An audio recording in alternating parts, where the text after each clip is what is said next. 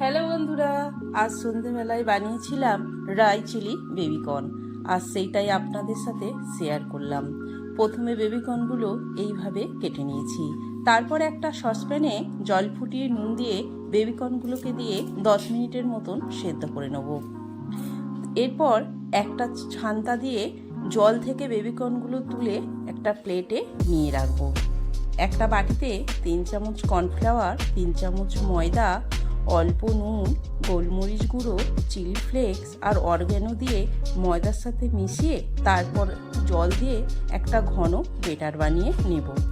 আগে থেকে গ্যাসের ওপর কড়াই বসিয়ে সাদা তেল দিয়ে দিয়েছিলাম।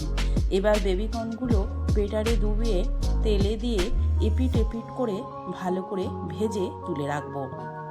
এদিকে একটা পাত্রে পেঁয়াজ কুচি, রসুন কুচি, ক্যাপসিকাম কুচি করে রেখেছি। একটা বাটিতে 4 চামচ টমেটো সস, শেওয়ান সস 2 চামচ, সয়া সস 2 চামচ, 2 চামচ গার্লিক মিউনিস, অল্প নুন, অল্প চিনি, একটু জল দিয়ে এটা ভালো করে মিশিয়ে রাখবো। গ্যাসের ওপর একটা ননস্টিক প্যান বসিয়ে অল্প তেল দিয়ে রসুন কুচি, পেঁয়াজ কুচি, ক্যাপসিকাম কুচিটা দিয়ে একটু ভেজে সসটা দিয়ে নেড়ে বেবিকর্ন পকোড়াগুলো দিয়ে ভালো করে মিশিয়ে নেব।